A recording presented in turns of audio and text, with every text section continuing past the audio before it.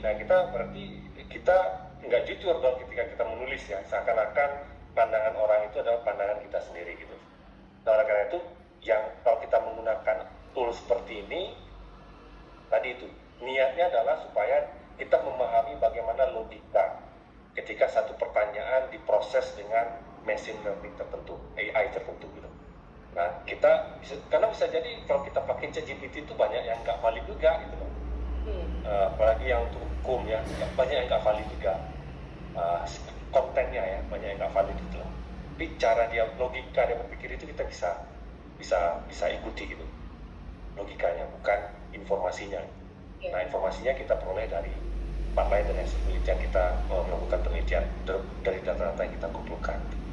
Nah, itu. Kemudian lalu bagaimana kalau dia digunakan termasuk IA yang lain ya, bisa nggak masuk dalam daftar pusaka? Nah, saya belum pernah nih melihat, tapi ada juga yang iseng. Saya pernah di dalam satu grup WhatsApp teman-teman akademisi ya, dia forward satu artikel terbit di jurnal internasional, ini bukan di daftar pusaka, dia sebutkan ChatGPT, dia sebutkan di bagian apa namanya kayak acknowledgement gitu.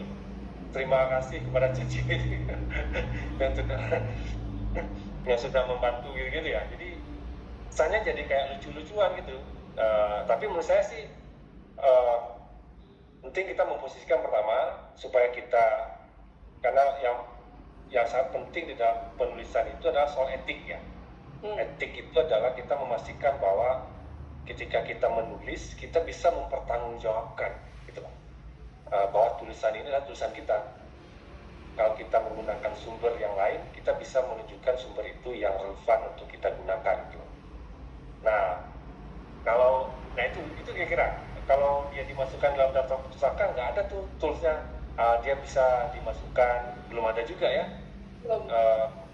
Regulasi ini kan sebenarnya kalau dia digunakan berarti kan ada regulasi terhadap ChatGPT ya, dia akan digunakan seperti apa. Nah, tapi sejauh ini sih belum ada.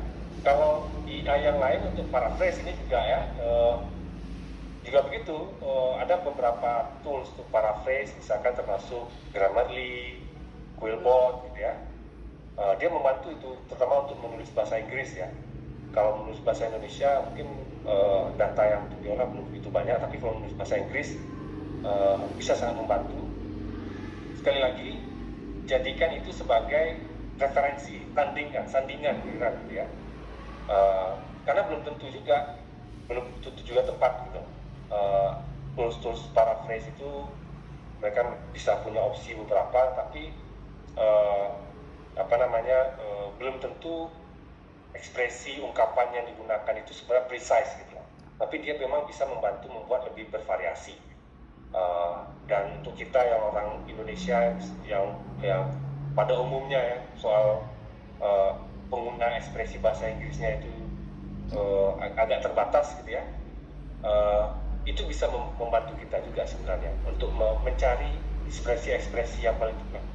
Model thesaurus sebenarnya dia, apa itu ya, model thesaurus sebenarnya.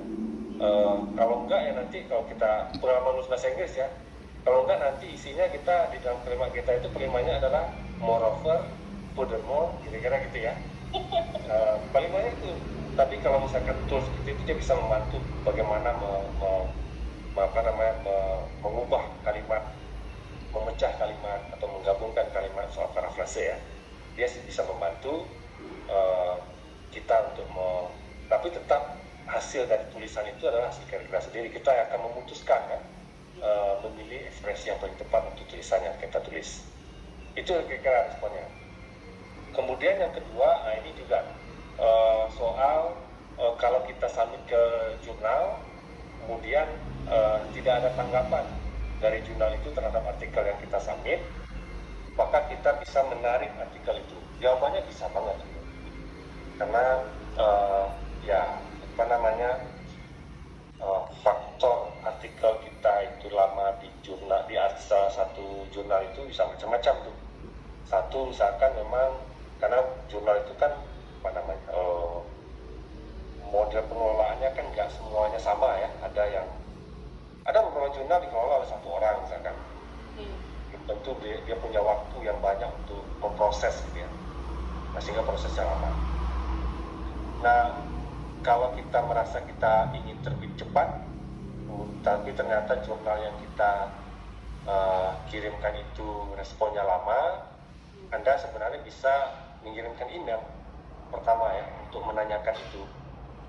Misalkan sudah 3 bulan nih, gitu ya, belum ada tanggapan, ini diterima enggak, ditolak enggak, gitu ya, di review juga enggak ada kabar, ya, Anda bisa kirimkan email 3 bulan misalkan. Kalau enggak ada respon ya berarti ya, ataupun kalau ada respon dia bisa sampaikan, kita tahu ya status dari naskah kita itu, dan kita tetap kita yang akan memutuskan karena itu adalah tulisan kita, ownership-nya masih pada kita sebenarnya, untuk apakah itu mau kita teruskan, mau kita pending misalkan di situ, ataukah kita mau atau kita mau tarik, bisa juga misalkan. Ini strategi, kadang jadi strategi juga di kalangan dosen nih, karena ada beberapa untuk penyelenggaraan kredit itu dalam 1 tahun itu ada batasan berapa jurnal maksimal, kira-kira gitu ya, artikel maksimal yang bisa dihitung untuk angka kredit.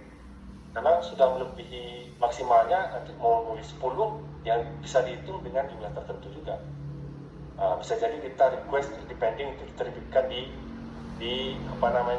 kalau misalkan itu mau diterbitkan di edisi berikutnya, bisa juga seperti itu. Nah, tapi intinya jawabannya adalah kita bisa menarik itu tergantung kesabaran kita. Kalau kita udah nggak sabar lagi, kita bisa sampaikan, bisa tanyakan, sudah 3 bulan, 5 bulan misalkan, Anda bisa tarik untuk diajukan ke jurnal yang lain. Itu Pak. Nih nggak tahu yang lain. Anonymous ini masih Aceh. 2 pertanyaan terakhir. Filesnya, reviewnya, revise-nya, lalu setelah direvisi ya dikembalikan lagi, disubmit ulang lagi lewat tadi akun yang kita buat. Jadi kita tidak perlu bikin setiap akun, setiap submisi jurnal. Jadi kalau buat akun belum submit boleh ya. Jadi nggak perlu bikin akun harus submit, enggak. Bikin dulu ya, setidaknya kita punya akun supaya mungkin memotivasi. Nah, baru setelah diperbaiki ya dan lain sebagainya. Atau ada juga model yang review ya, ini yang saya gawangi. Author guideline sesuai, manuskrip template sesuai, lalu baru akan diperiksa secara kaitannya dengan HTM atau perbandingan HTM, hak asasi manusia dan putusan pengadilan. Tapi kita mau memasukkan soal pilot. Nanti kalau nggak sesuai, ya bisa saja langsung di-reject, misalnya begitu. Ya. Kemudian kita minta ya, kemudian di-review secara technical review ya, teknis. Apakah tadi ya sudah sesuai author guideline atau belum ya. Kemudian nanti akan dilihat ini jumlah huruf, ini juga paling sering. Kita harus pastikan ini jumlahnya berapa, 6.000 sampai 8.000. Nah, berarti kita harus rate semua totalnya di antara itu. Kita lihat juga di author guideline, apakah ini termasuk footnote atau di luar footnote. Nah, karena akan jauh berbeda, bisa tambah 1.000, bisa tambah 2.000. Nah, setelah direvisi, teknisnya sudah benar semua, template-nya sudah benar, barulah kemudian dilakukan double blind peer review. Apa beda double blind? Double blind itu mengartikan bahwa nanti reviewer tidak tahu siapa penulisnya dan penulisnya juga tidak tahu siapa yang mereview. Tidak akan diinformasikan untuk menjaga profesionalitas dan etika mereview. Tapi kalau single, itu bisa saja reviewersnya tahu siapa penulisnya, tapi penulisnya tidak tahu atau sebaliknya. Nah, kalau sudah ketemu reviewers, bisa saja di-reject langsung dan tidak dikembalikan untuk direvisi, langsung dikembalikan saja. Tapi ada juga reviewers yang dalam keputusannya, tadi reportnya, itu minta direvisi dan akan direview kembali. Ada yang minta sampai 2 kali, ada yang bisa 1 kali ya. Tapi ada juga reviewers yang langsung menjawab, ya sudah langsung terima saja. Tidak ada revisi sama sekali ataupun minor. Nah, setelah direvisi, itu akan dicek, benar nggak? Karena saya sering menemukan, ini saya sudah revisi, dikembalikan, disubmit lagi. Pas dicek, kok nggak banyak perubahan? Perubahannya cuma kata-kata kalimat saja, sinonim segala macam. Padahal yang substantif diminta oleh reviewers itu untuk diperbaiki, dia tidak perbaiki. Nah, kita kembalikan lagi. Sampai kapan? Ya sampai benar-benar sesuai dengan ekspektasi dan saran masukan dari reviewers. Ya. Ini akan dicek. Lalu kemudian direview lagi. Kalau tidak puas, ya, oh ini reviewnya nggak sesuai, di-reject. Tapi kalau minta review lagi, bahkan bisa sampai 2 kali tadi saya katakan atau lebih. Nah, sampai benar-benar sesuai, barulah ya pengelola jurnal nanti akan ada copy editing dan sebagainya. Ya, ada layout, proofreading dan seterusnya. Diterbitkan tanpa ada revisi, ya. Ada yang diterima dikembalikan harus direvisi lagi dengan catatan. Ada yang harus direvisi dan direview ulang, lalu nanti direview memutuskan atau terbit atau tidak, atau bahkan langsung di reject langsung. Nah, ada beberapa alasan kenapa artikel ditolak. Nah, berdasarkan pengalaman saya ini. Satu, bukan ruang lingkup jurnal. Artikel tidak lengkap, nggak ada abstrak, kata kunci, penulis tidak ada informasinya, pembahasannya deskriptif, atau artikel ini membahas isu hukum yang sama dengan artikel yang sudah terbit. Jadi makanya tadi saya sarankan pelajari dulu mereka tuh sudah memuat artikel apa. Kalau ada perbedaan meskipun temanya sama, itu masih memungkinkan, yang namanya novelty, ada kebaruan. Tapi kalau sama persis, itu nanti akan dipertimbangkan artikel lain, tidak perlu mempublish artikel yang sama. Atau isu out of date, misalnya ada yang menulis soal satu isu lalu keluar putusan pengadilan, artinya sudah terjawab permasalahan yang mau diangkat di dalam putusan tersebut. Atau tidak memenuhi jumlah referensi, misalnya perlu 15, 80%-nya harus jurnal, nah itu akan dicek, nanti akan dikembalikan mau diperbaiki atau tidak. Atau mengandung dua menit lagi ya. Oke. Akan masih mengandung unsur plagiarisme. Nah, tadi ada pertanyaan soal plagiarisme, nanti saya akan sampaikan. Nah, ini soal perbedaan tingkat plagiarisme dan sebagai faktor. Kita harus tahu memilih jurnal itu di mana dan tujuannya apa. Ada syarat-syarat tertentu nggak untuk ujian S1, S2, S3 atau kenaikan pangkat, dan sesuaikan motifnya sesuai dengan ruang lingkupnya. Nah, jurnal reputasi, teman-teman bisa nanti ya diklik atau nanti dari slide ini diambil ke website Simago JR. Di sana ada rankingnya. Ya, rankingnya itu dari mulai Q4, Q3, Q2, Q1. Maksudnya apa sih? Q1 itu justru yang paling tinggi, ya. Ya, SDR-nya 0,37. Nanti kalau mau naik guru besar itu minimal harus Q1 atau Q2, ada yang menurunkan.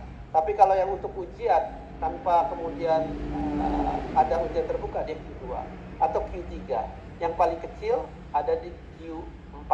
Jadi bukan QQ ya, tapi Q1, Q2, Q3, Q4. Nah, bagaimana dengan yang di Indonesia? Ya. Ini ada ciri-ciri jurnal predator, ya.